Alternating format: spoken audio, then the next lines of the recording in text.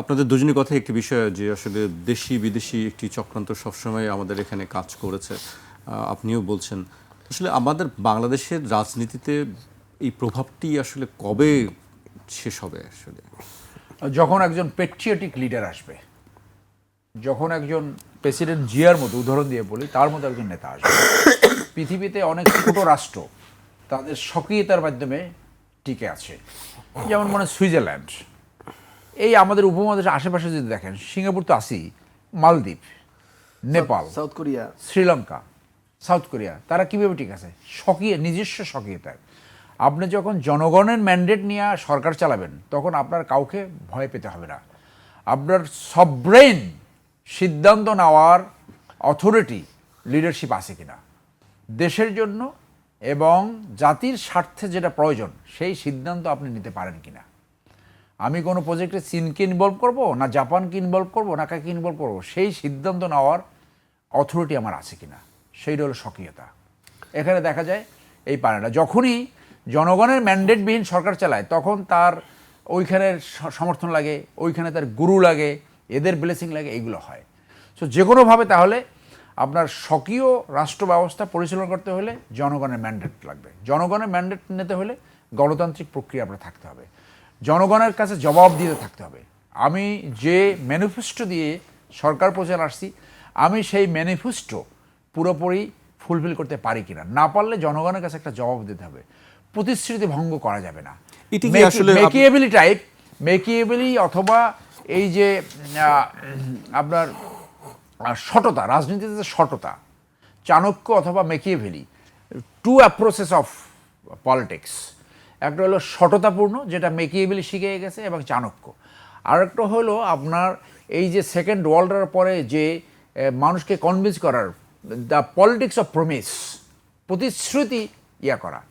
So এই প্রতিশ্রুতি যদি আপনি ভঙ্গ করেন, তখন আর জনগণ আপনাকে বিশ্বাস করবে না। আজকাল এই ইয়াং ছেলেরা, আপনি দেখেন, এই একটা স্ট্রাইক হইলো এই পরীক্ষা নিয়ে, অনেক ছেলেমেয়ের কথা এত শার্প, আপনি অনেক কিছু ডিনাই করতে পারেন, কিন্তু তারা এত শার্প দেখেন কিছু, যে এই যে মানুষের যে আপরাইটনেস, যে সততা ধারণ করতে চায়, এই জিনিসটা যারা রাষ্ট্র পরিচালনা করে তাদের মাথায় রাখতে হবে।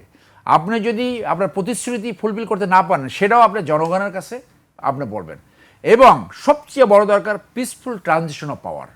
রাষ্ট্রের দায়িত্ব হলো participatory, fair, free election conduct করা, রাষ্ট্রের দায়িত্ব। আপনি ক্ষমতা থেকে আপনার কিছু চাটুকার বলবে ফ্রি নির্বাচন হলে আমরা হেরে যাব, যেটা আওয়ামী লীগ করেছে, আমরা হেরে গেলে তো আমরা পালাই যাব। Don't accept that. জনগণ যদি আপনাকে ভোট না দেয়, আপনি থ্যাংক ইউ ভেরি মাচ।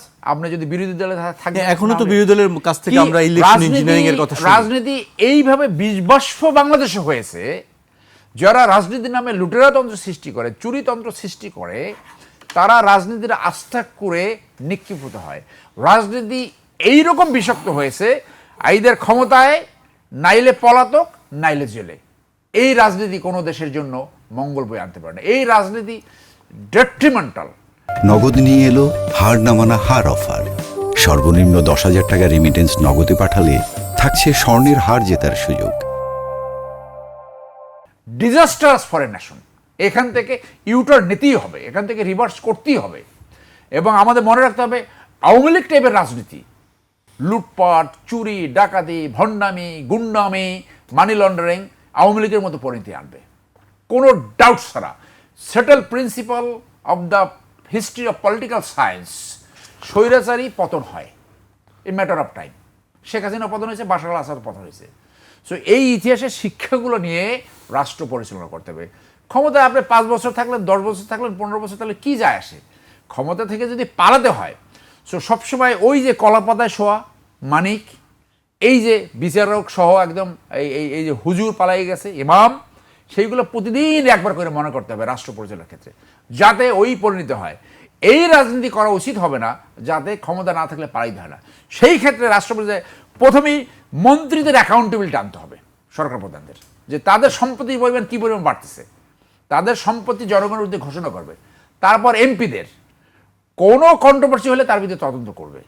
সৎ মানুষ দ্বারা যদি রাষ্ট্র পরিচালনা না করেন, তাহলে রাষ্ট্র যে পরিচালনা করে সরকার প্রধানই কিন্তু বেকায়দায় পড়বে, because it is a team. আপনি কি টিম গঠন করছেন, কিভাবে আপনার এজেন্ডা, আপনার ম্যানিফেস্টো ফুলফিল করবেন, দ্যাট ইজ দ্য রেসপন্সিবিলিটি আপন অন ইয়োর শোল্ডার। এখন আপনি কাঁধে নেবেন। সেই জন্য একটা কথা আসছে, শুধু দলীয় তথাকথিত অনুগত কিন্তু ভিতরে ভিতরে চোর, তাদের দিয়ে আপনি রাষ্ট্র চালাতে পারবেন কিনা? রাষ্ট্র তো শুধু দলের লোকদের জন্য না।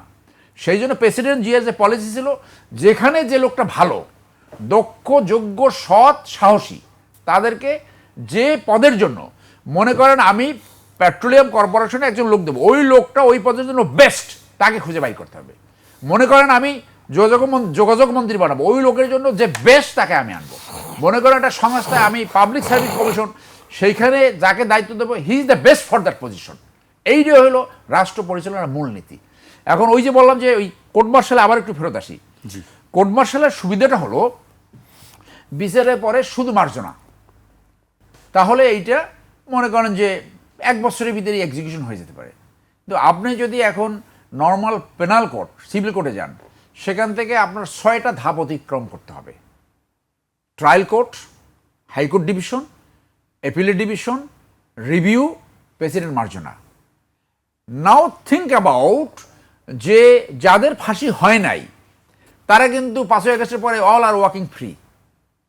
আপনি পেনাল কোর্টে এই বিচার নিলেন, আপনি কয়দিনে এটা টার্মিনেট করতে পারবেন না। তাহলে থার্ড ওয়ার্ল্ড কান্ট্রিতে সাকসেসফুল ভেরি ভেরি ডিফিকাল্ট। আপনি সাকসেসফুল হলেন না, আপনি তো সরকারে পার্মানেন্ট থাকবেন, একসময় চলে যেতে হবে। তখন যদি ঘুরে পড়ে আবার এই যারা হুমকি ধামকি দিচ্ছে, আইসে গেছি, আসিতেছি, তারা যদি আসে, then he will walk free. So আপনার এটাও বুঝতে হবে। তবে তথ্য অধিকার আইনে শুধু রাষ্ট্রীয় নিরাপত্তা ব্যতীত সকল ইনফরমেশন জনগণ পাওয়ার হকদার। রাইট টু ইনফরমেশন, সেটি অধ্যাপক কাজী মাহবুবুর রহমান বলছিলেন যে কোর্ট মার্শালের হলে সেই ক্ষেত্রে যে তথ্যগুলো সেগুলো সাধারণের মানুষের জানার এটা সুযোগ ইজ থাকে ম্যাটার না। Of policy. এটা ঠিক আছে, এইটা যেহেতু প্রেসিডেন্ট কিল্ড হয়েছে, কোনো সেনাবাহিনীর সদস্য না, প্রেসিডেন্ট, সিটিং প্রেসিডেন্ট, এটা পাবলিক হবে। তো এটা তো রাষ্ট্রীয় নিরাপত্তা নাই, যেহেতু 18 জনের বিচার হয়েছে, এটার সাথে রাষ্ট্রীয় সিকিউরিটি এইভাবে নিয়ে যে রাষ্ট্রের সভরেন্টি নষ্ট হয়ে যাবে, বর্ডার আরেকজনের টেক ওভার করবে, এটা না। অতএব এটা পাবলিক করতে কোনো অসুবিধা হওয়ার কথা না। ওই যে 6টা অপরাধের কথা বললাম, যেটা আজীবন অ্যালাইভ থাকে মৃত্যুর আগ পর্যন্ত, এবং আজীবন আর্মি অ্যাক্টের আওতায় থাকবে, যেহেতু সার্ভিস কন্ডিশনে এই অপরাধটা হয়েছে। সেটা একটা হলো ওই যে ডেজার্টার, একটা হলো মিউটিনি, আর একটা হলো আপনার এই যে খুন, ম্যানসেলেটার, কিলিং, ধর্ষণ, আর একটা হলো প্রপার্টি রিলেটেড। এইগুলা কখনোই তামাদি হয় না। তাহলে এটা ওই যে ডেজার্টার, মিউটিনি, কিলিং আছে, this is not time bird, তাহলে এই বিচার করা যাবে। এখন কোন আদালতে বিচার হবে, সামরিক আদালতে না বেসামরিক আদালতে, that's a matter of decision by the government. জি, সেটি আমরা সামনে হয়তো দেখতে পাবো। আজকে আমাকে এখানে শেষ করতে হচ্ছে আপনাদের। একটু 1 মিনিট কথা বলবো। জি, আমাকে শেষ করতে বলছে আমার প্রোডিউসার। জি, বিষয়টা হলো একটা বিষয় উত্তর দেওয়া দরকার ছিল, পরের আলোচনা খুবই মানে আপনি দলের জন্য রাষ্ট্র না, কিন্তু দলের নেতাকর্মীরাই রাষ্ট্র সরকারকে ক্ষমতায় আনে। সুতরাং দলের মধ্যে কোয়ালিফাইড লোকজনকে ক্ষমতায় বসাতে হবে, এটা হলো পলিটিক্যাল রিঅ্যালাইনমেন্ট। আপনার দলের ভিশন মিশন অন্য কেউ বা সাধারণ মানুষ বা সুবিধাবোধী কেউ নিবে না। তবে মুইনা টাইপের বা এরশাদ টাইপের, অথবা আপনি দেখেন এই যে মাসুদ্দিন টাইপের লোকজন ক্ষমতা না পায়, সুবিধা না পায়, এটা বিএনপিকে মাথায় রাখতে হবে। তবে যেটা উনি বলেছেন খুব ইম্পর্টেন্ট, যে ম্যান্ডেট, এবং বিএনপি কিন্তু কাজটা করছে, প্রতিটা এই যে 5 মাসেরও কিন্তু পূর্তিতে তার অ্যাকাউন্টেবিলিটি শো করছে যে কি করছে কি করছে না। তো ম্যানিফেস্টো লক্ষ্য করে এগুলো ভুল হবে কম।